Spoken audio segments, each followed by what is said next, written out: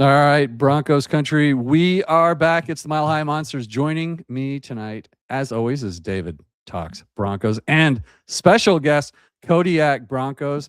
Gentlemen, what a weird week. We've got drama at Dove Valley. We've got Sean versus Bo. We've got the game that wasn't, and we've got people getting fired. David, what the hell's going on out there, man? A lot of good needed changes, and I think some surprising humility. We got to give Sean Payton credit, man. I think with the Joe Brady news combined with all the Davis Webb rumors, I never thought this would happen. There have been people on this channel that I've said have been crazy. Well, in the chat, Sean Payton's never giving up play call duties. Well, I am wrong. It looks like Sean Payton is saying, man, I need to give up play calling duties. And Davis Webb is is Davis Webb like the Sean Payton working under Bill Parcells? Is it that type of thing? With Sean Payton being Bill Parcells? All right, we'll get to it. We'll get to it, Haas. Yes. I can't wait to hear it. Kodiak, what do you say? Weird week, right? Weird week. So first of all, you have a game that is played in a snow globe with your backup quarterback where whoever had the lead was just going to win the football game. And that's just the reality of the situation when you get into a blizzard like that. But then, man, oh man, what an eventful 3 to 4 days it has been in Broncos country. Okay. First of all, after the game, you get all this stuff about Bo Nix and the injury. And then you get, a little bit of friction, it seems, between your quarterback and your head coach. And then you fire the offensive coordinator. And then you fire, some position coaches, which once again, I give Sean Payton a lot of credit, like David, because honestly, there are a few changes that have been made to this team that I was just like, man, that would have never happened. But you know what? It's the offseason. The NFL is 24/7, 365. So I'm very excited to be back on Mic'd Up for the first time in a couple months. Mile High Monsters. Mile High Monsters. Mic'd Up is a different show, which you will be on, both of you, right. of course. Yes. But it's on this channel. Thank you for bringing it up. Look at that free plug. Yeah, of course. But, I'm excited to be back with y'all because it's always a great time when I get to be joined by David every Monday night on Horsepower Hour. But on special occasions, Mike Carmelini. Oh, let's go. God, he's going to be back all the time now because flattery, like always, works with me. Let's talk about everybody's done your shows. You've done your post-game shows. We've ad nauseum, right? We've done it, but it was the game that wasn't. We didn't get the game. Now we're not Chargers fans.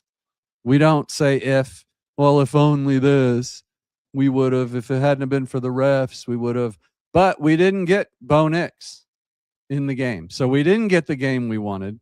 Now I'm going to say this, and this is the last time I'm going to say it. I firmly believe the Broncos would have easily won this game if Bo Nix had been playing. There's no way that he would have lost a 10-7 game at home. He would have ran that ball for first downs. He would have got us in the end zone because he always does. So without crying in our cereal, Kodiak, the Broncos win this game with Bo Nix at quarterback, yes or no? We'll never know. But do we win that game? You watched the game. Would he have made the difference? He absolutely could have made a difference based on, how New England was attacking us, man. You see what this offense looks like without Bo Nix, and my God, okay. You see PFF always grading our offensive line as this amazing unit, like probably the best unit since the Great Wall of Dallas, if you're just looking at the raw grades. But man, you see Bo Nix, he covered up a lot of flaws in this offensive line's game, okay? And just speaking of the offensive line, minors, can't have that from your all-pro guard. 6 pressures, 1 sack allowed in the biggest game of your career. So, but to answer your question, I mean, I'm going to be boring and just give a diplomatic, well, it's just, we'll never know. Okay. I don't want to be a Chargers fan and be like, yes, well, if, because we're above that. Okay. We can't dunk on the Chargers for doing that for 5-6 years with Herbert. And then the minute we get the chance to do that, we can't be if people. But he absolutely could have helped us. And, you saw on the other side, Drake May's legs were the difference for the Patriots. They were able to have a That's couple what of, I'm saying, yeah, right? Eye for an couple of, eye. We didn't yeah, of have course. that game. Of course, we didn't have that. And would it have been nice when your run game hit a hard stop and you only got one first down in the second half? Absolutely. But my diplomatic answers will never know. They're like New England's defense. They played a great game. Like they had a heck of a plan. So I'll give them their credit too. But it definitely could have happened. David, fix him. Yeah, no way. We know Bo Nix leads us to the Super Bowl, man. Thank New you. England, again, they can't apologize for the quarterbacks they faced. Oh, You're that's not right. going to No. do that. But I mean, this was the weakest Super Bowl run ever. You're going through the corpse of Aaron Rodgers, a mentally broken CJ Stroud. Did they play Fields too? And I can't even remember who all they played. I didn't recognize some of the just the playoff run. Yeah. But even in the regular season, I didn't even recognize some of the names of the quarterbacks they played. Yeah. But whatever. I'm with Alex. Congratulations to the Pats. But David, fix him. We win the game with Bo. Zero doubt. Yeah. Oh, yeah, no doubt. No doubt. But guys, I got a question. I'm sorry. I got to ask you about this. Woody Page brought this up today. I saw this in a clip. What happened to the heating coils under the field? Are those gone now? They weren't melting anything on Sunday. I didn't see that. Kodiak, did you see that? I didn't see that, but if you get a foot of snow dumped within 3 hours on your field, I feel like you could have 10,000, 1 million heating coils. I feel like they're just not going to work in that situation, to be honest. Well, I know they have them. I don't have the answer to that. But that was supposed to be one of the cool things about Mile High is that even if we got snow, that the field would be kept warm enough that it would melt it.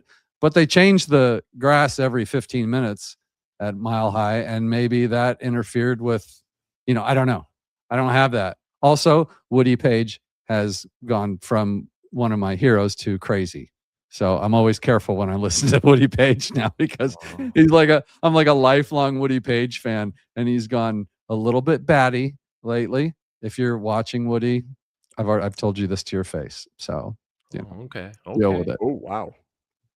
That man has the most wins on Around the Horn. Yeah. Who has the most wins on Mic'd Up? Do you know? I mean, I want to know. Not me. I think it's Zach. I'm not sure. Of course. It's probably the more I like you more than Zach, David. Okay? I do. You are my favorite, but you weren't at the time. That's okay. You can were make new. up for it by putting me up against Perna. It's all good.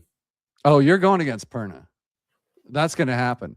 The problem with Perna is when I had him on with Mario. And Mario Vitanzi, for those of you out there who live in a cave and don't know who there is, so Kodiak knows who Mario Vitanzi is. When you put Perna and Mario together, YouTube basically bans you. I woke up to like 50 emails saying you can't say that on YouTube. So, oh my God. a show that literally should have gotten 10,000 views got one of the least amount of views ever on a mic'd up show. So, but yes, you are going to get paired with Perna this year. He is confirmed. And I have some new ones this time. Romy Bean is coming on, which is super fun. I'm not sure to put her with. Anyways, this isn't it. Like, we're not just sitting here doing this. We'll get to that business in a second, but we got to get past the Sean and Bo ankle gate here. This, to me, guys, is way more than it should be. This is these guys are super tight. They love each other. It's like me talking shit about Zach on this show when he's not here. This means nothing to me. The injury certainly is the concerning part, but all this stuff between what Sean said and what Bo said. David, do we take anything from this, or do we just move on? No, we don't really take anything from it, man. Now I did join Kodiak and Mark's stream late, so I don't even know what they said, but this is my opinion. Who cares? This is perfect off-season drama talk. That's all it ever is. Sean played the most important role in selecting Bo Nix. Hey, Maybe there's some miscommunication on what you know how Sean Payton, man, he loves to talk. He loves to, expand on things, whatever. He might have gotten some things wrong. He might have not. Bo Nix might have just gotten there because to correct some things that he didn't want people just flat out taken, as fact. Who really cares how many ankle surgeries he's had? Who really cares if he was predisposed to this injury or not? It doesn't really matter. The only thing that I take from this is that Bo Nix said he has a 4 to 6 week recovery left. I love that. That means we're going to get him back for, all the voluntary workouts, OTAs, all that. Hopefully he can continue to refine his mechanics then, if this is a short recovery. Oh, we're back on his mechanics. Kodiak, what do you say about the ankle gate? As far as ankle gate, I mean, it just reminds you of a husband and wife that fight in public, very publicly, and then the head hits the pillow and they have their pillow talks after you know what, and it's completely fine at the end of the day. Okay. That's just really all it is, I think Bo's a little upset because, and for valid reasons for sharing, confidential information with the public, but he didn't say anything that wasn't already out there. Okay. These fantasy football doctors, they are crazy. They know your medical history better than you do when you come into the NFL. And ultimately, I think part of Bo's frustration is, okay, Sean Payton, how's Greenlaw coming along? Not saying anything about him. Okay, Sean Payton, how's J.K. Dobbins coming along? Not going to say, or how's Greenlaw coming along, or Dobbins, or whoever, literally anybody that's been hurt throughout this season. And I think the minute he's asked about Bo Nix, he's just like, well, here's the deal, blah blah blah blah. Here's what happened 5 years ago. Here's what happened 4 years ago. So I think part of Bo's frustration is, I think a lot of it goes back to, okay, you put these expectations on him to be a top 5 quarterback in the NFL. You put these expectations on your team before the year begins. Okay, I think I've coached 6 teams that could be a Super Bowl contender. Here's 7 right here. I just he was right. Yeah, I mean, he wasn't wrong, but I think he backs up his shit, man. Yeah, oh yeah, he backs it up, but it's just unnecessary pressure on your quarterback. And I think from what we know, Bo was the one that initiated the conference call. Unfortunately, we couldn't hear it. I don't know what that was about. I don't know why the Broncos did not allow us as fans to hear it when we could hear literally everything all year. So, Patrick, I know you're watching this. Please, next time something like this happens, we have to be able to listen in, because I don't want to go off of what random beat reporter said. All right. So Patrick Smythe, I'm assuming. Yes. Yeah. He's the gatekeeper. So the deal is the predetermined break or whatever it was that he put, it just means that break had already started and it was coming. It didn't mean that he was predisposed to those types of fractures because of some sort of defect. That's one. So that's just all misunderstanding stuff. And I didn't have a problem with what either one of them really said. It was just the way that they said it, is Sean spouting off at the mouth and Bo being like, hey, old man, don't be telling people about my stuff. There's nothing to it. I'll be back in 4 to 6 weeks. I love both of them, and I love the way it works, and I have absolutely no worry about that relationship. Michael says, can't wait for the new stadium. Yeah, you and me both, brother. And fully on board with the retractable roof after Are this. you? Okay, so you're on board retractable roof. Kodiak, retractable roof, yes or no? Yes, I'm not a football purist, okay? I don't care about the elements. It makes for some cinematic whatever, but listen, there's a reason that modern football is trending in the direction of every team playing indoors. Yeah. And then Martin comes in, just a steady Martin. It's good to see you, brother. Heating coils cannot be turned on during the game. That's probably some stupid NFL rule that says like the retractable roof has to be open, and then whatever happens, or you anticipate it and then you close it. The question is, nobody was expecting this blizzard, so it probably would have been open anyway. From what Seegers was saying, the weather was supposed to be maybe some flurries, and then they ended up with that. So it might not even have helped. And then, of course, our guy, Marky, A.T. Perry is gone. David, I guess I just want to know, first of all, how you feel as an A.T. Perry fan, and And maybe you could shed some light on why Sean Payton hates A.T. Perry. Yeah. Dude, what a waste of 2 years for A.T. Perry to come here. Sold. Hey, come over here. Follow Pete Carmichael, who drafted you in like the 5th, 6th round, whatever. A tremendous talent. You caught all these touchdowns your rookie year. One of the strangest cases. Gets cut, and we never hear from him again. He had a great rookie year. All these dynasty fantasy football guys glazing all over A.T. Perry after his rookie year, and even before his rookie year, to be honest. Kodiak knows. But we never see him on the field. Not once, with all these drops, with all the long ball issues over the last couple years. We never had Sean pull the trigger on activating just one of the biggest what ifs, A.T. Perry. I'm happy for him that he's going somewhere else. And where did he go? Steelers Pittsburgh or something? room, absolutely terrible. But man, I'll say it. We might have gone undefeated with A.T. Perry. We might be in the Super Bowl with A.T. Perry. There we go. And I love it. The biggest what if on this team, next to if Bo Nix doesn't break his ankle. What if A.T. Perry was grafted into the fold over the jag of Lil Jordan Humphrey? This is exactly why people watch this show, David. For that sort of in-depth, emotional, moving take. I don't even like to call it a take. That's just genuine. I love Sean, you, man. You unblock So me on good. Twitter now. I'm going to shut up about A.T. Perry unless he goes off on the Steelers. Hey, Sean, can you go ahead and lift the block on David Talks Broncos? All right, cool. Yeah. Okay. Yeah, I got you. Thank you. Hey, we're gonna Cody. I'm not even gonna ask you about A.T. Perry unless you have something to say about A.T. Perry. I think David probably summed it up for all of Broncos country. I'm assuming we all feel the same way. We got robbed of a Super Bowl because A.T. Perry didn't play. Listen, the only thing I can say is my heart hurts for David. Okay, I'll swing in the other pendulum and I'll swing the other pendulum and say, okay, maybe there's a reason this guy wasn't activated after being with us for 2 years. And, I understand. I would have liked to have seen him over guys like Michael Bandy. Okay. Lil Jordan Humphrey getting 74% of the snaps in the AFC Championship. You just can't have it. Can't have it. So not to say that he would have made a difference, I don't think. But, man, I'm tired of known trash versus what if. Okay.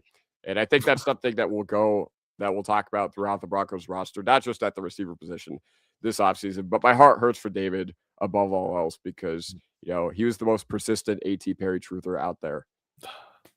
Not like mine, of course, which are banger after banger after banger after certified banger. I don't miss.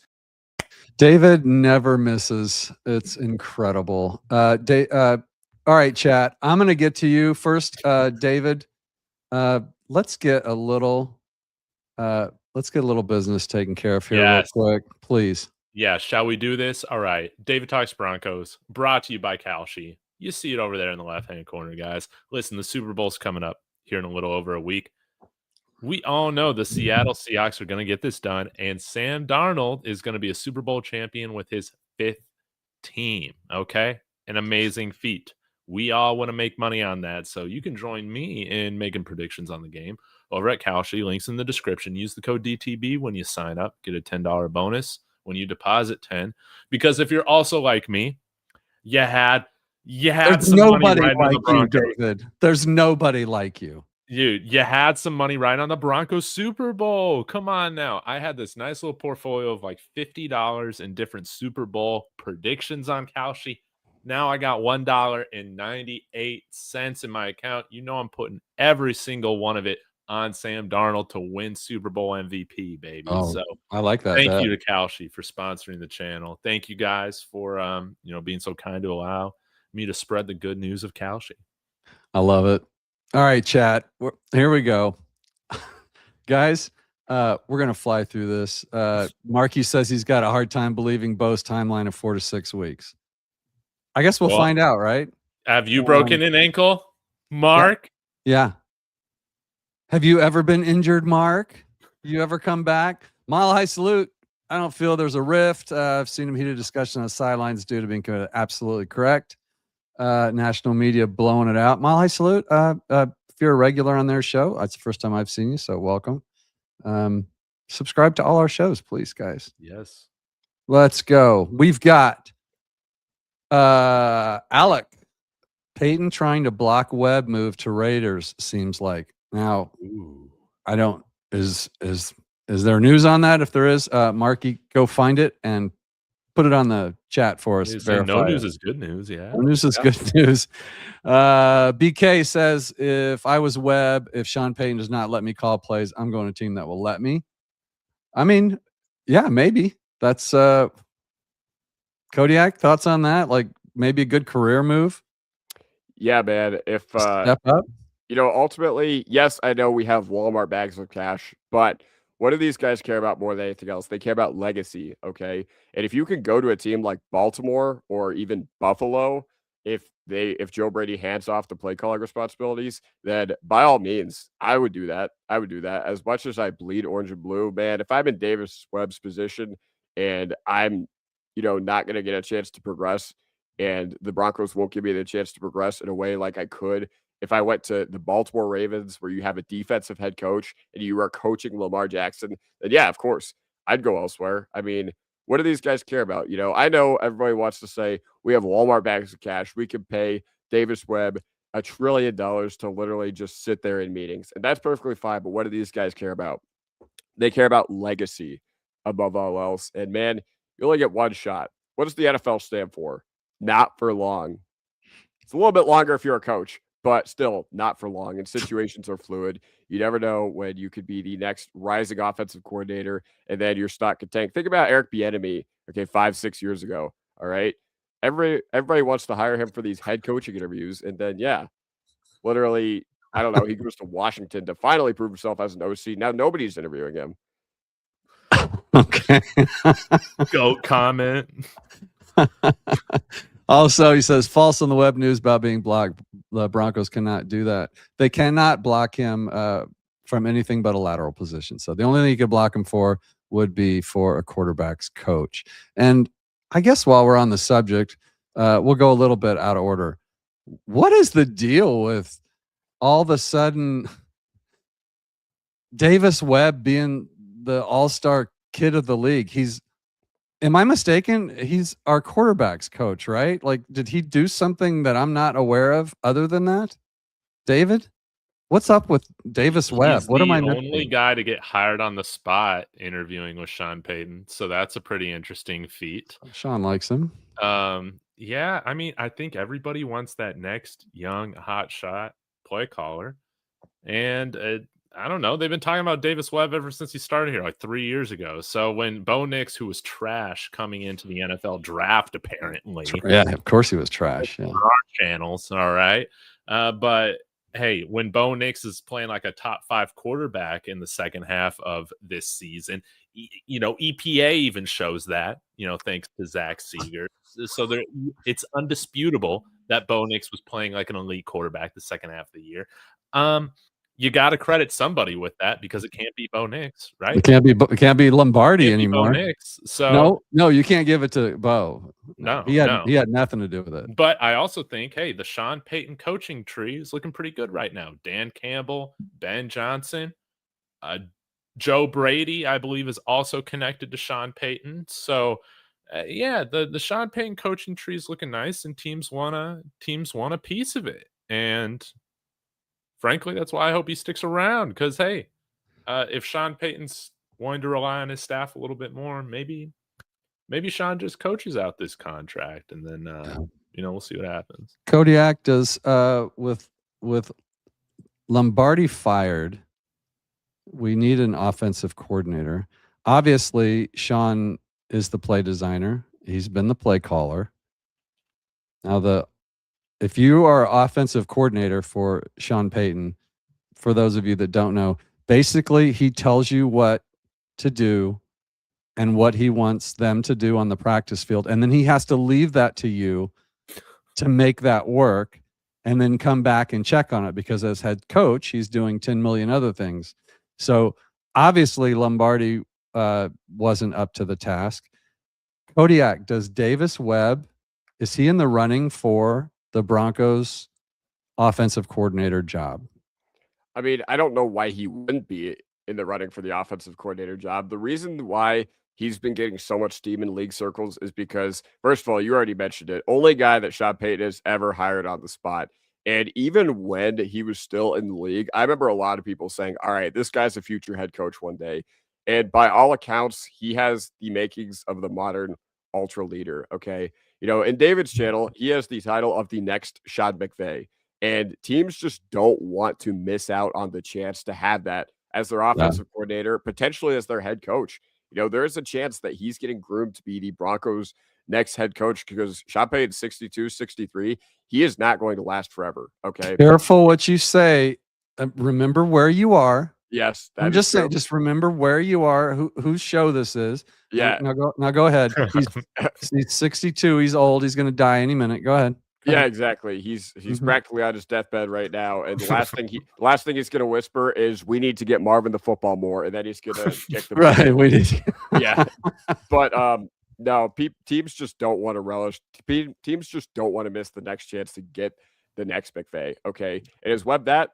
I mean, it'd be a very lofty expectation for you to put that onto him, but philosophically, I mean, it makes sense. He has, by all accounts, the teachings of a modern head coach. He has the emotional intelligence of a modern head coach, which I think is something that teams really, really value nowadays. And even though the pendulum has swung this offseason with Seattle and Baltimore being like, all right, defensive head coach, but offensive coordinator being a wonder boy, you know, seems like that the league is entering a new meta, but you never know when it could swing back the other way. Yeah, I tend to agree with what you said. The problem I have is that I believe most people are basing Davis Webb's play calling abilities on one preseason game where he handled those tasks. And I believe it was Jarrett Stidham at the helm, right? It was. We beat like literally maybe he should have called it last week, but I think it's a little now if somebody offers Davis Webb a head coaching position, depending on the team, I wouldn't go to the Raiders if I was him because that's a 1 or 2 year proposition and then he's out.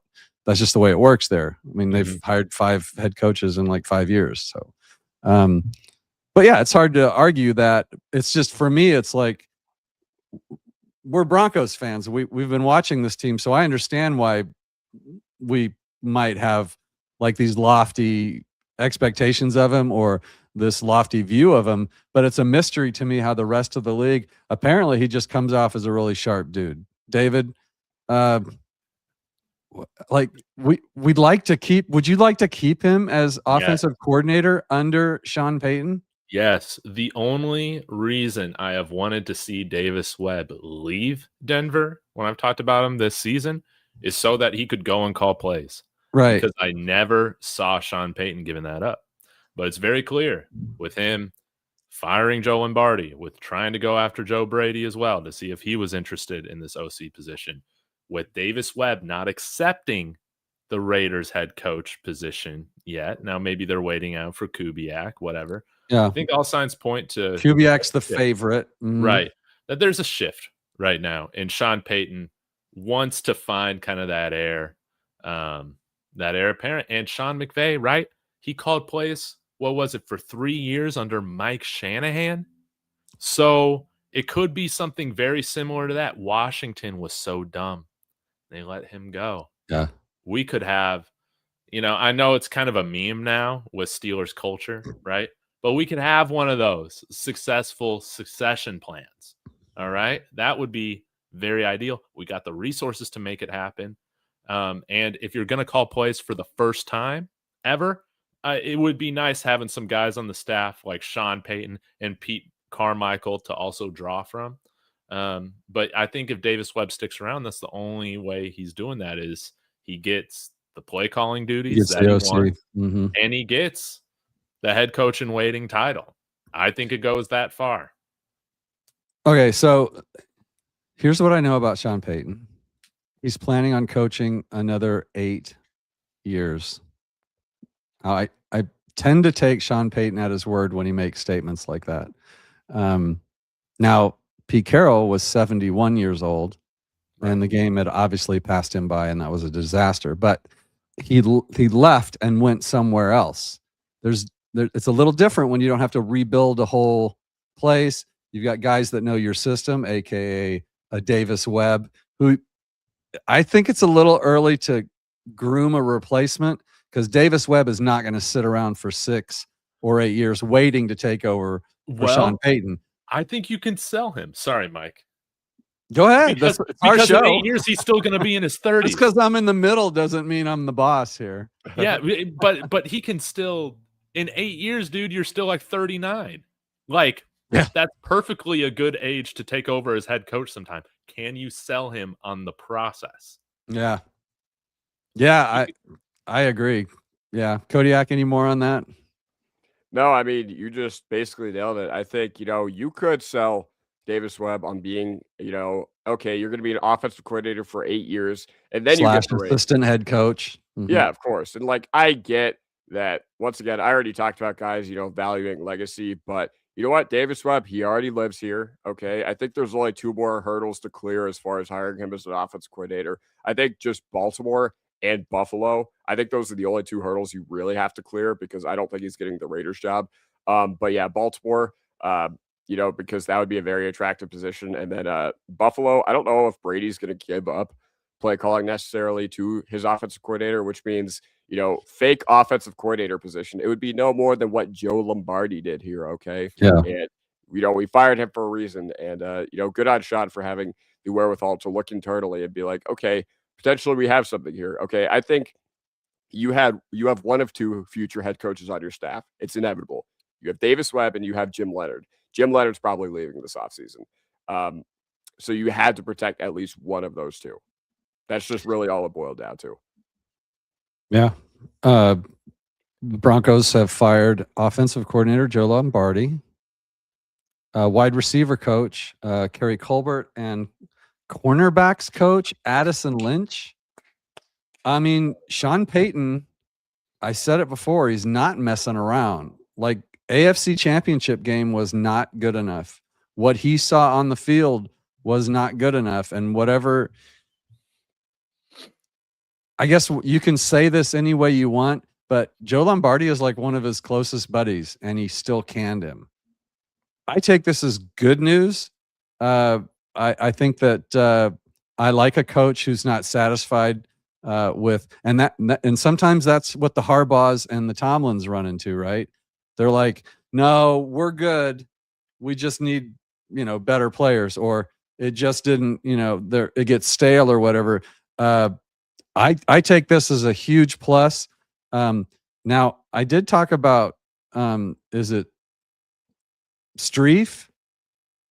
Running game coordinator, right? So a lot of people think he's the offensive line coach, but he's the running game coordinator. He survived. Running back coach survived. I tweeted that out, and everybody was like, "Oh, it's not him. It's Streiff." And I'm like, I seem to recall running back coaches being the ones that are saying, "All right, you're the hot hand. Go stay in there." But whatever. It's early. We don't know what's going to happen. I think when we get a new offensive coach, OC announced, we'll find out about the play calling. We'll find out.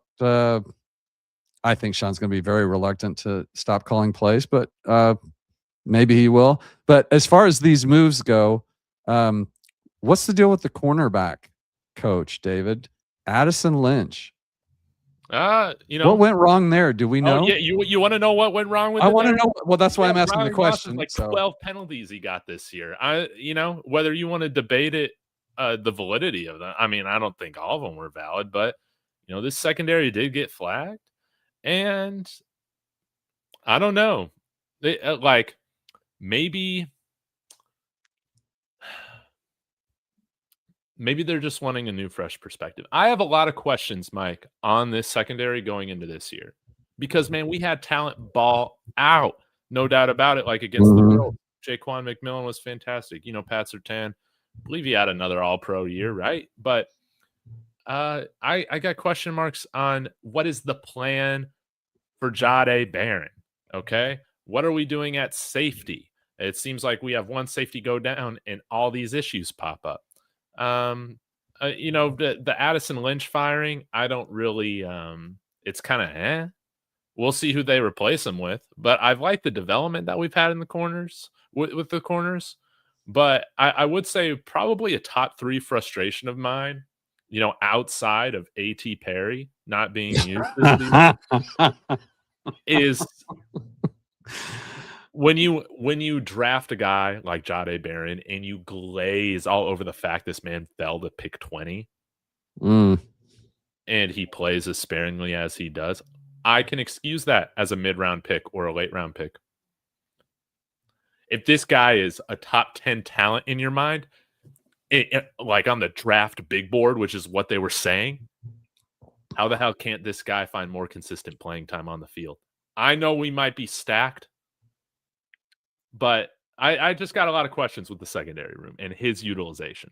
So here's one thing to think of, and then I'll throw it to you, Kodiak. So in any business, we always want to assign a reason why someone was fired. Okay. Like Addison Lynch, there's layers to coaching. Now he's just the cornerbacks coach. So he may have been doing 90% of the stuff right and pissing some coach off the other 10% of the time. Like literally telling players, okay, I know coach said do this, but do this instead. Like that's the stuff you'll never hear about. Mm-hmm. But those are a lot of people get fired for stuff like that. Joe Lombardi, like Kerry Colbert's a pretty easy fire for me. Oh, should have happened. Nobody can catch year. the damn ball, and apparently the people Marvin Mims can't learn how to run a route. Like that's your job, Kerry, and you suck at it, so you got to go. The cornerbacks coach is a weird one. Maybe it's because he couldn't, prep our first round draft pick to play. I personally think it was a wasted draft pick, but I'm just a short term guy. Like I said, get Bo some weapons and maybe we can win some games. Turns out he probably could have used somebody that could catch a ball and run with the ball. Higgins right there. Could have run the ball. Like we had no plan for if Dobbins, who generally gets hurt, we had no plan behind him except a bunch of, I believe the way my co-host on Spin Zone, Colin Cronin, calls them, hobbits, because they were all 5'8", 200 pounds. Yeah. Quinshon Judkins at pick 20 sure seems nice in retrospect, right? Exactly. Like sometimes it feels like we know better, even though we don't. We trust the system. We trust the process, don't we, Kodiak? Any thoughts on any of these fired coaches? What do you got, Kodiak? Yeah, I mean, you said it best. The wide receivers coach, Kerry Colbert, that needed to happen a long, long time ago. Okay. I remember it was David back in October 2024 when the Broncos had some of the worst wide receiver play in the league for the first part of last year, saying, our guys give poor effort. They run bad routes. They also have bad hands. So, that's just not what you want. And other than that, they're great. Yeah. Other than that, they're fantastic. Okay. But even then, a few guys did develop, I think, better, like Franklin, like Bryant. But Mims just seemingly has never developed, and he's still underutilized. So that was pretty obvious. But cornerbacks, I mean, I get it where he's coming from because we've had a lot of guys that have been up for the task with the quarterback room. Okay, unlike Patrick Surtain, no, we are not letting Jaquan McMillan go. Absolutely not. That dude's a baller. No, we better not let him go. Him and A.T. Perry, those two could start their own team together. They're so good. Yeah, thank you. But thinking about the quarterbacks coach, like I get it because there were a couple of issues. As good as those guys have developed, as good as you've had Abrams Drain play when he stepped in and you haven't missed a beat, as good as Jaquan McMillan progressed, as good as Riley Moss honestly has progressed from the time you drafted him to being a very formidable quarterback too, you still had a lot of issues, man. You were absolutely shredded in the secondary by good teams in the second half of the year. You had so many penalties. You didn't get that many turnovers, even when you were pressuring the quarterback at a historic rate. Okay. And I think those were just all frustrations that Sean Payton shared. Okay. Why in the world, when anybody ran motion in the red zone on defense, were guys just nobody pick him up? Yeah. Travis Etienne, Jonathan Taylor, those dudes were running free whenever there was any motion in the red zone. So I get it. Am I like it definitely raised my eyebrows when it happened, but we're not in the building. We don't see like 99% of the stuff that goes on, from the day-to-day standpoint. And maybe this guy just was the Nathaniel Hackett of coaching DBs, and our DBs were just that good to where it didn't matter, but still. Yeah. Do you want Kodiak? I'll stay with you. So way too many communication problems in the backfield. Yes, in the 1000%. defensive backfield. That has been obvious to anybody. And again, as I always say, I'm not an analyst and don't pretend to be, but I know enough to say this. There were a ton of communication problems in a backfield with a lot of talent. I don't know if that falls on VJ or if it falls on Lynch or who it falls on, but it probably falls on Lynch. And this wasn't on the docket today. And David, I know you got 12 minutes and you got to get out of here. So do we want VJ back, Kodiak? Yes, but there are some caveats. Like, I'm tired of watching this defense collapse after the bye week 2 years in a row. Every year. Mm-hmm. Exactly. And, I think Leonard would have been better at modern adapting because Mitter and McDonald are both cut from the same cloth that Leonard are. Ultimately, I'm not upset that VJ is returning, though, but, you got to figure it out next year. All right. You can't have any of these games where you're just getting completely manhandled by the Mariota Commanders. You can't have these games where Jordan Love is coming into your house and on fire in the first half. Jaguars. You can't have any of these games where, that's another thing. You're tackling against the Jaguars. Oh my goodness. Terrible. Just absolutely terrible. So yeah, we want VJ back. It's something I'm cool with, but ultimately I think against the Patriots, had you had a real big stinker, I think it would have been like easy for us to be like, all right, it's easy to, it's time to move on, but we didn't. So all's well, odds well. Our last memory of him is a happy game. David?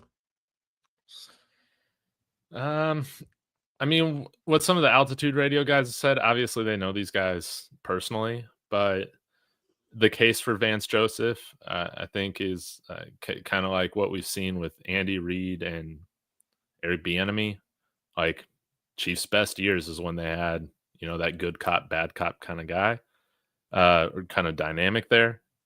And they were saying how they feel like both Davis Webb and Vance Joseph are a very powerful counterbalance to Sean Payton's intensity for just mental dynamics in the locker room. I don't know Jim Leonard's temperament. So I think I would like to have him more involved in the schematics of the defense. But it's, I don't have an issue if VJ returns. I still would rather him go be a head coach, though. What are all these teams thinking? You got Vance Joseph available for head coach, man. I want those third-round picks. It's tough, isn't it? Because the Lynch firing could be like the thorn in the side of VJ's defense. Maybe. And that's why that move was made. And Sean was able to see that on film where he felt VJ was making the right calls and VJ was doing the right things. And then the calls in the backfield were leaving these guys in motion wide open, even though it shouldn't have based on the calls. And so that's the kind of stuff where we're judging VJ based on what we saw on TV, but we don't know what's going on behind the scenes. So I guess part of me is like, if he gets a head coaching job and leaves, that's great.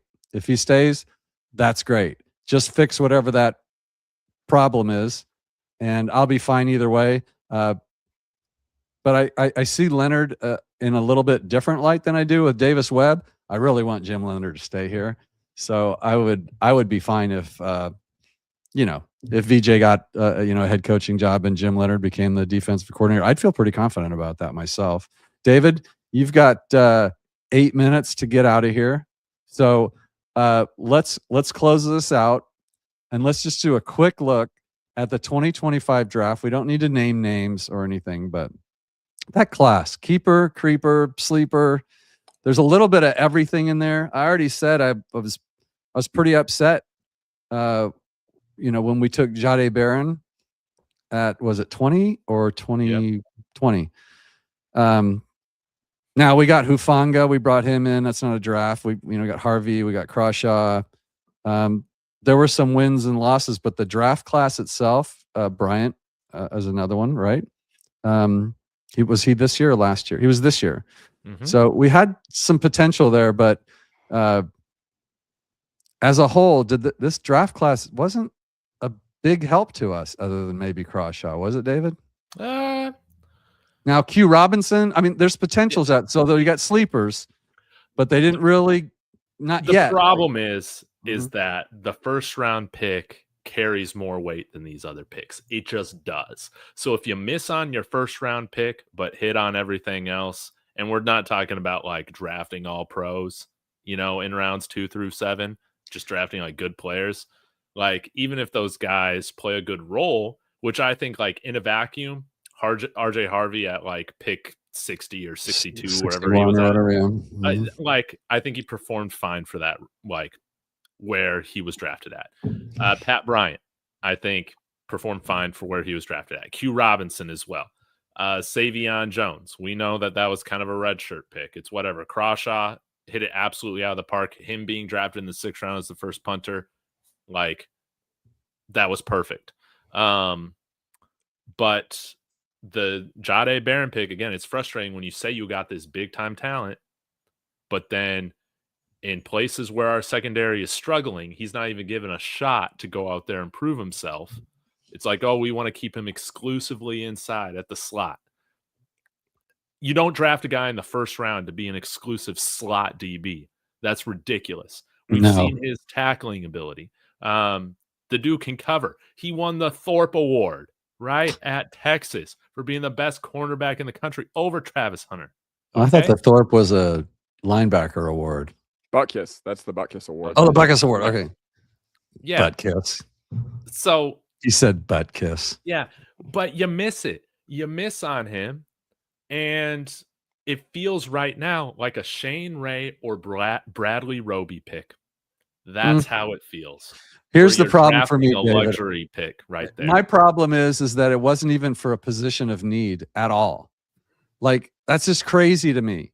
Like, somebody said the other day that, we brought in Jahdae Barron to the strongest, maybe perhaps the strongest defensive backfield in the NFL. And I'm like, yeah, and that's not a good thing because we had so many other impact needs. 1st round draft picks should be impact players. Now, I don't remember what the offensive line looked like at that point. I know that the wide receiver we had our eye on went the pick before, but there were running backs there. And guess what happened? Kodiak, draft class, keeper, creeper, sleeper, any input there on that? Well, I mean, it's easy to look at the Barron pick right now and be like, man, that sucks. And man, I would have loved to have our 1st round pick get more than 5 snaps in the AFC Championship. Okay. And the reason why I didn't like it is because, they sold it to us. They sold it. George and Sean went to the podium after the draft and we're just like, this was the number 9 overall player on our big board. So I'm just like, okay, so you basically took him without a clear plan. And, they rejected multiple trade down offers to get him. So, you're pitching it to the fans like, okay, we couldn't pass on this guy. And then you couldn't pass on a guy who played 5 snaps at the AFC Championship. So I get it. Full disclaimer, if I were picking at number 20, I would have taken Derek Harmon. And how much would he have played this year? Probably not a whole lot because you were also deep at the defensive line. But, like David said, the 1st round pick carries a lot of weight. But, I think as frustrating as it is now, it might be something where you have to wait a year or two to truly reap the benefits because, Jahdae said it in his introductory presser when he was here. He was like, man, at Texas, I wanted to be 3 years done, gone to the NFL, but it didn't happen. Then in his 4th year, he wins the Thorpe Award for the best DB in college football. So, yeah, I get it. And he's handled it like a pro. I give him a lot of credit for how he's handled it. And it's easy now to be like, well, it was probably not the smartest use of resources. And I don't disagree, but it doesn't change the fact that we took him. So we got to get behind him. And, still taking running backs that early, it's still not really that smart of a way to build a team. I get it. Omarion definitely could have helped us in that game a lot better than just having Jaleel McLaughlin or Tyler Binet out there could have. But hey, man, I get it. But Webb pulling out of the Raiders job, according So- to Andy in our Discord. whoa. Yep. And Markey confirms, and it's per Adam Schefter. I would have put the JP, I would have put you up there, but I didn't know you. So according to Adam Schefter, yeah, he withdrew his name from the Raiders job. So good move for him. Doesn't mean everything. And also Hydra, just want to get to this one. Q Robinson looks better. Well, I don't know if he looks better than Dondre Tilden. Maybe he does, but he looks like a player, and I am glad we got him. That guy's going to be a player. Didn't one of you put film out on that? Was that you, Yeah, Kodiak? Or literally at 4 a.m. today, I posted this. I posted this little highlight reel on Twitter of the, I was really happy with him in limited samples. So hopefully that keeps up. David, you need to get out of here, right? Yeah, I got a few minutes. All I got right. a few minutes. Got enough fun. So this is big news, guys. This is that's nice to see. That Davis Webb is not dumb enough to take the Raiders job. Now, doesn't mean it was offered to him, because there definitely is word out that they're just holding it for Clint Kubiak.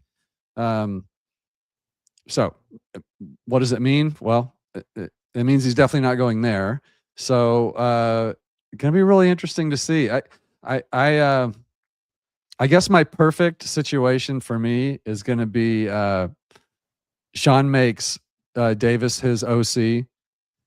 Bo loves Davis Webb. So that takes care of that issue.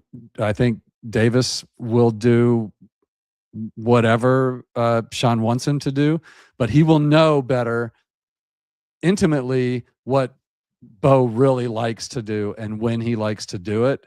And he will have at least more of Sean Payton's ear, if not calling the play. So this is pretty good news for us, David. Mm-hmm. It is. It's very good news. I'll leave you with this. My biggest question. Bet on your favorite. Well, that is not debatable. Okay. All right. It's not debatable. Okay. Just making sure. I know Rawhide's out there. Whatever. The horsepower thing. Yeah, we just showed that. Not favorite. Rawhide. But and this might be a prediction, but I've been sitting on it this week. Ooh. And I feel either Brandon Jones or Riley Moss, one of those guys won't be on the team next year to make room for Jahdae Barron playing full time. That is my prediction. And if Jahdae Barron, and if we don't do that, and Jahdae Barron is brought back as a backup for a second straight year, I ain't feeling that. That's not good. That would be a failure. That would be a failure of a pick. That's a bust for you don't draft backups with the first round. You just don't. So their belief, remember when they didn't sign a corner and they're like, going into the second year, Riley Moss is going to be that guy. I want to see that sort of signaling from the front office and staff about confidence in Jahdae Barron. I don't care which position it's at. Get him on the field. Yeah, if he's supposed to be that great. I love it. I love that. That's hot. Hot take. Kodiak.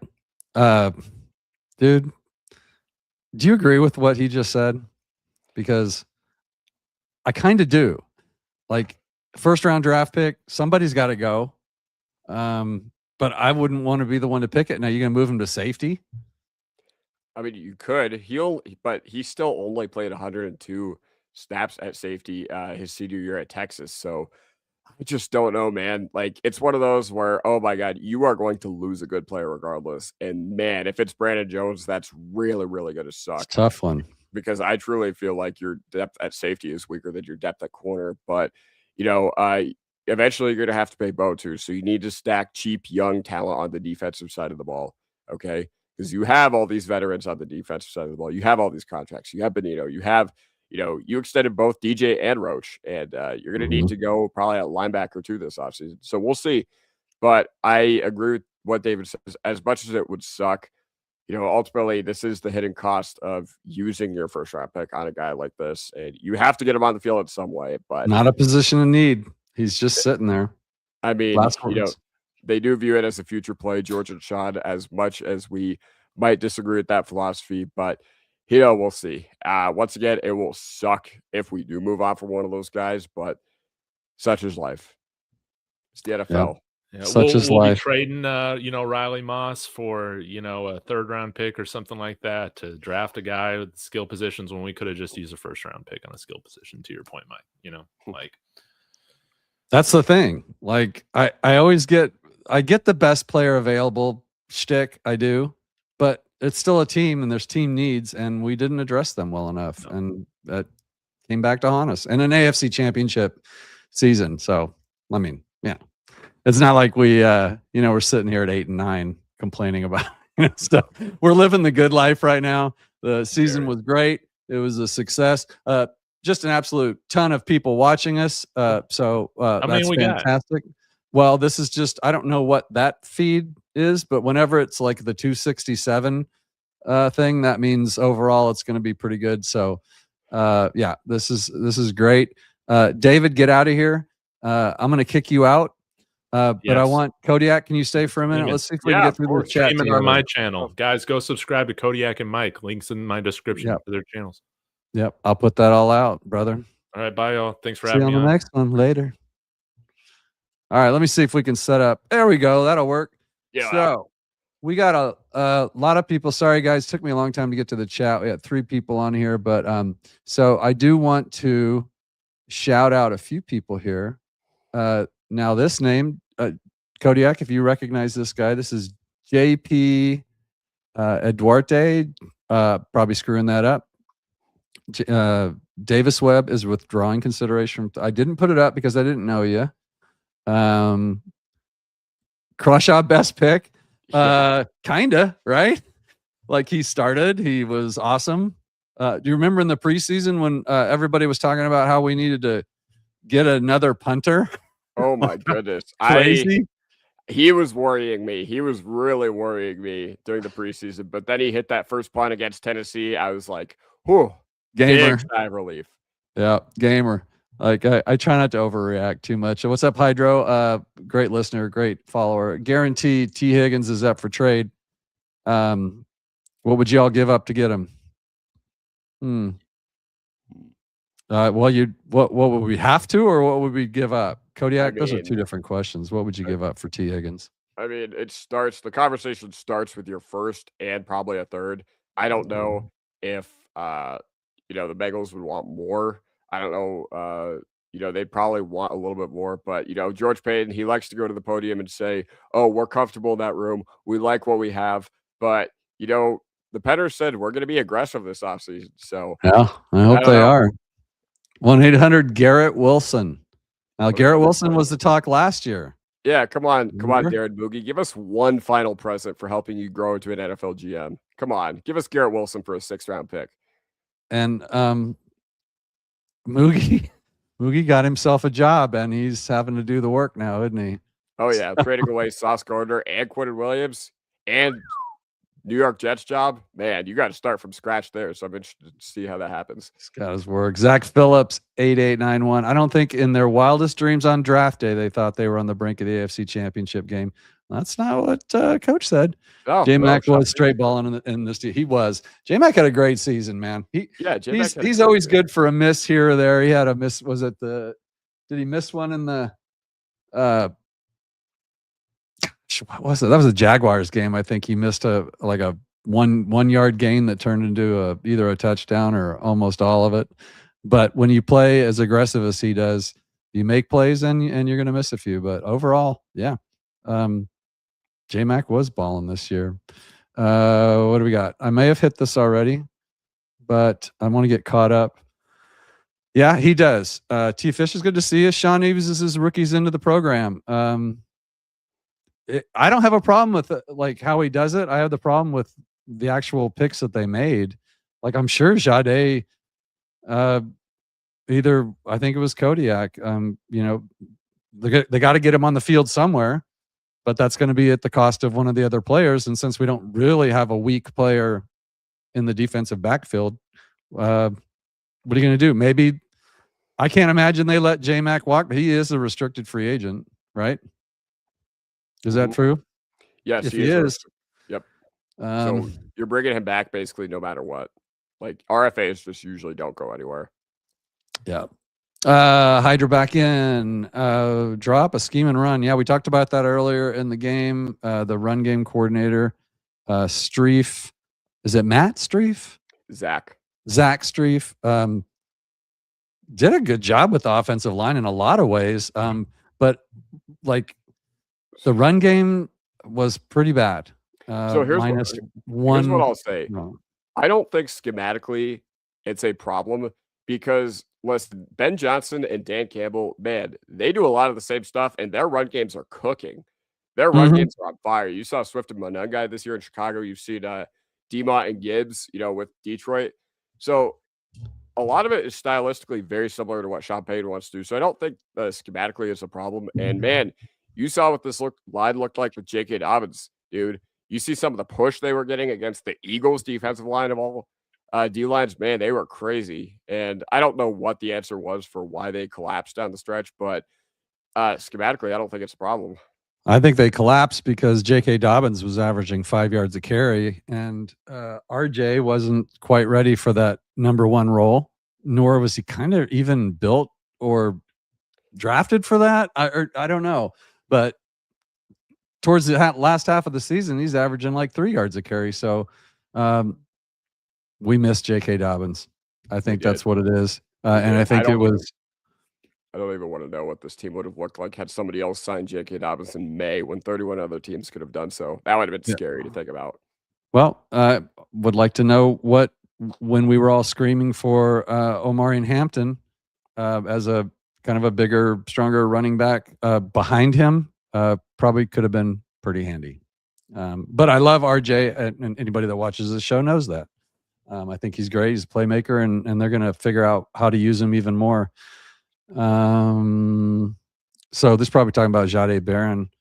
I think he could play outside or inside, honestly. Kodiak, you would know better. Well, Vance Joseph had an interview with Peter Schrager during the Broncos bye week this past year, and he basically said that the plan basically was first year inside, second year outside. So I think they're thinking corner. I think they've been thinking corner this whole entire time. And it makes sense because I think Brandon Jones is better at safety than Riley Moss is at corner. Yeah. Hydra, we take a second. Will we take a second for Jaquan? Probably with Jahdae being here, but that's not. The problem is that takes him off of the edge, and now you got a problem at your slot corner. The problem is nickel. It's just really hard to quantify pick value because, teams value nickel so differently. And nickel, in the grand scheme of things, is a devalued position in the NFL. It's not one that usually gets taken at a premium high position. But I think, this front office, they love their picks. So I think if they were to get offered a second round pick for J-Mac, I think they would do it. The problem with J-Mac is he's a limited player, but he's still a great player. Like he's 5'9", 180 pounds. He's still limited in the grand scheme of things what he can do, but he's so smart and he means so much to this defense that, luckily I don't have to make the decision on whether or not you trade Jaquan for a second round pick. I know that second round picks, a lot of people would just look at that and be like, how would you not take that for Jaquan? Well, there's just so much more that goes into it than that. There is. And one of the other things too is always keep in mind that every draft is different. And so the second round this year, just an example, say it's like the tight end depth is really, strong in the second round this year, or offensive tackles or something, then there might be more of a reason for the Broncos to make that move. But sometimes it doesn't look that way. And that second round pick just turns into something you got to trade back, and then you're just getting other stuff. So it really would depend on how the draft looks, who they have their eye on too. It's because, like you said, that second round pick could be, it's going to be like pick 60 or whatever it's going to be for one. And then two, that might not be that important of a place for us for what we already have there. So the chat is running the rest of the show, which I like to do once in a while. BK says I'd rather sign for a wide receiver than trade for like just pick one up instead of trade for one. Either way, I'm not sure what that means, but I do have there's a lot of talk about from Payton and from Sean, so both Paytons, that they like that room, Kodiak. They like their wide receiver room. And it's Yeah. kind of crazy considering what we've seen from that room. But I did talk to somebody on the show once, and I can't remember who it was. But if you took a Higgins, or if you took that, yeah, get that out of my face before I start. I have to take anxiety medicine. If you took our wide receiver room and put a true wide receiver one on top of it and kept everybody the same, I would love our wide receiver room. The problem is that I don't think we have that one guy that we really need, that they have to account for every game. Like who in that room does another team say, whatever we do today, we can't let Cortland Sutton beat us? Nobody's saying that. They might say that about the red zone, or they might say that about third downs, but we don't have a guy that they have to scheme around. So would the wide receiver room be okay as is, -1, because you got to lose one, if you gained a Higgins or a, whoever the next available true top tier number one wide receiver is? I mean, I think for the most part, the room is complete. As annoying as it was in the AFC Championship to see Lil Jordan Humphrey out there, it took injuries to Franklin and Bryant for that to be the case. And you know what? Maybe you could say whatever you want about Bryant. I know that he got really beat up in the back half of the year. Yeah. But either way, I think you just need to add one more. I think not only do you need to add one more, you need to utilize the guys that you have in that room better. Okay. Should have never taken 2 injuries for Marvin Mims to get the role that he did. And anytime he's got the chance over the past 3 years, all he's done is make plays. So that's just the reality of the situation. I think you need to be better about how you scheme these guys. I think you need to be smarter about how you deploy them. And yeah, ultimately, I think you just need to add one more to this room. And T. Higgins could be that guy. I mean, Jonathan Cooper at a 2 for T. Higgins, probably not accepted by the Bengals, but you never know. Yeah. Throw it out there. Mark says Tillman was great, and he was. And he did get sacks, and he did have 2 interceptions. In fact, he led the team in interceptions for most of the season. I don't know if he finished that. Parker Washington cooked everybody late this year, T. Fishes, and yes, he was one of them. Thanks for bringing up a bad memory, dude. Big E Bronco, as much as Sean Payton called the run game in that game, especially with the weather being bad, tells me he has no faith in the running game. Well, that's been obvious all year. He doesn't run the ball. It wasn't working. And, I think it was working before JK went out, and then it wasn't working, and then he just went away from it. He wouldn't stay with it. But we won a lot of games, but it certainly didn't work in that game.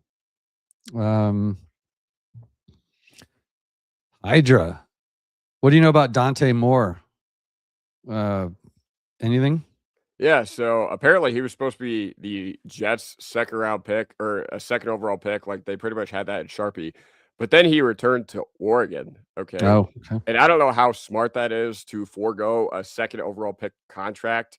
I think it was more than just I didn't want to play for the Jets, because if his heart still was set up playing in the NFL, he literally could have just gone to the Jets at the combine meeting and been like, throwing both middle fingers in the air and been like, I'm not playing for you. Screw it. So there's the other part of that. Like, I think if he truly wanted to play in the NFL this year, he could come out. But he also, man, he looked very, very raw in the college football playoff. Yeah. So we'll see. Yep.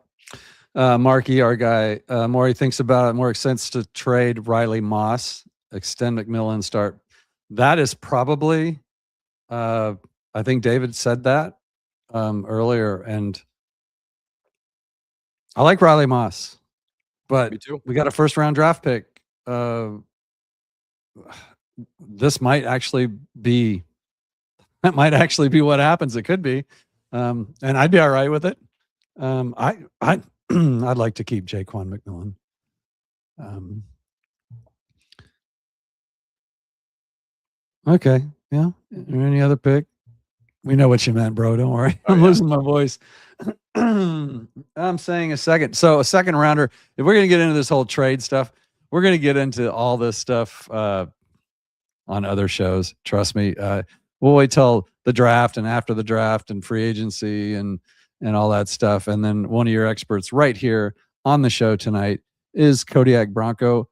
You can find him at Kodiak Broncos on YouTube. The link will be in the description, as will David's show too. And again, it looks like you guys went so off on all the chats that I'm never going to get to them all. And so if I didn't get to you, I see a few new names I'd like to just call out. Kazoo helmet during games. Yeah, that was heartbreaking. He was obviously going to be a big part of our game plan in the which game was it? The one, the Bills game. Buffalo, that he went out. So yeah, but I'm high on Bryant. You're high on Bryant too, aren't you, Pat? Pat's a good looking player. Oh yeah, of course. Pat Bryant, definitely. He was one of the highest floor rookies I've ever seen. Anytime the play needed to come to him and he needed to make like a big third down catch or extend for the first down marker, he did. He had the best hands of every receiver on the team from what I saw. Like we had a couple games where it was a little, but man, he caught everything. Easy catches, hard catches. He was just great. Bert Montoya, Breece Hall from the Jets. That was a name that's been brought up a few times. What are your thoughts on Breece Hall? I mean, Breece would be fantastic. You just need offensive playmakers, okay? I don't care if it's Breece Hall. I don't care if it's Kenneth Walker, okay? Because, teams, they usually don't like to sign free agent running backs to big contracts, but man, you're in your window. You can't mess around, okay? You can't have what you had the AFC Championship where you're deploying McLaughlin and Tyler Bidet and all those guys. Those guys literally probably aren't good enough for the rest of the NFL. So you just need to get a little bit more serious about upgrading your flawed points, not on the defensive side of the ball, because you're not seeing the effects of the Russell Wilson trades and the dead cap on the defensive side of the ball. Your depth is great there. Your talent is great there, but you are on the offensive side of the ball. Last thing I want to ask you while I've got you, and like I said, I'll have you on mic'd up here this season, but inside linebacker, Singleton, Stroud, Greenlaw, what needs to happen there? And, can we trust Greenlaw to come back and stay healthy? Singleton did good things and bad things, and he gets a lot of blame for running backs out of the backfield, running free, but he also has kind of got past his whiffing on tackles. Like, where are we at with that? What should we do here? Should it be Stroud and Greenlaw next year, or should we be drafting or looking for help in free agency for inside linebacker, which I think was one of, if not the biggest weakness in our defense, was the linebacker position. Yeah, man. It's so tough because Sternad obviously played really, really well this year, and I'm really proud of him. I said Stroud, didn't I? Sternad, yes. Thank you. I knew what you meant. Yeah. I knew what you meant. But either way, Singleton, the reason I'd be disappointed if he brought back is because you've seen what it looks like, and you've seen what this ceiling of this defense is with Alex Singleton being an every down player. Not to say he hasn't done some great things for this community, not saying he hasn't done some great things for the defense, for the room. I love Alex Singleton. I'm probably getting a jersey that I can hang up in my back wall, but cut him. Yeah, no, but I don't want him to come back because you leadership and quality of guy that you have in your building has gone a little too far with this coaching staff, and I would be much more intrigued if you went into next year with Greenlaw and let's just say Karene Reed, because you know what Singleton is, and it's not that good. You know what Sternad is, and it's fine, but he wants to go somewhere else where he could start. I'm not sure if that's the thing here, but yeah, you're capping your ceiling if you bring those guys back. I would love for Greenlaw to come back. I think he has to. I think he needs to get a bigger role in this defense next year because he wasn't bad this year, but he wasn't Greenlaw. You know what I'm saying? He wasn't like the game changer inside linebacker we thought we were getting. Well, I didn't know what he was doing. That was apparent. He was swimming. He was drinking through a fire hose or whatever. Any way you want to put it. Like he couldn't quite catch on to everything. He even talked about how difficult it was. It was like trying to learn Spanish. So another year in the system, and he's healthy. I agree. I'd love to have him back. I think. As far as Alex goes, Alex Singleton, he's 30 something, like he's older. And he's a free agent, right? Yeah. He's a free agent. I'll be surprised if he's back. But he may go out there and not find anything. and he may come back in as a vet minimum fill in until somebody else is ready. We don't know. It's hard to close that chapter until, again, after free agency and the draft. We'll know more, but I don't expect them to move quickly on Singleton. I think there was a lot of stuff on tape that didn't look good, but what did look good was your beautiful, handsome face and foam helmet on the show tonight. Kodiak, thanks so much for coming in. And over 300 now, which is pretty rare on this little counter. I don't know where that number comes from, but that's pretty good. So we're happy you guys are here. Again, the chat, this Thursday show, man, it just blows up. I got to get somebody to just do chat for me. So follow, subscribe, please. It helps us all so much. Mile High Monsters, David Talks Broncos, and Kodiak Broncos. We're all joined at the hip, guys. And Marky, who's out there in the chat helping us out with breaking news. Speaking of breaking news, everybody in the chat, thank you so much for joining and helping out with the show. Go Broncos. Kodiak, when are you on next? I am probably going to I'm really good at the short form stuff, so I'm probably going to make something here within the next hour or two about, the Broncos not re-signing John Franklin Myers or Davis Webb staying with us. But yeah, I don't know. Either way, follow me on YouTube, Twitter, and TikTok at Kodiak Broncos. And man, it was a pleasure to be with you, Mike Carbolini. Yep, loved having you. And I will be back on tomorrow with Mario Vitanzi from Let's Talk Broncos, altitude adjustment. I think it'll be five or six, can't remember. We're going to talk about just kind of the season and just a quick run by from Mario, who has a special way with words. So until then, though, go Broncos. Thanks for watching, and we'll catch up with you guys real soon. Thanks. Go Broncos.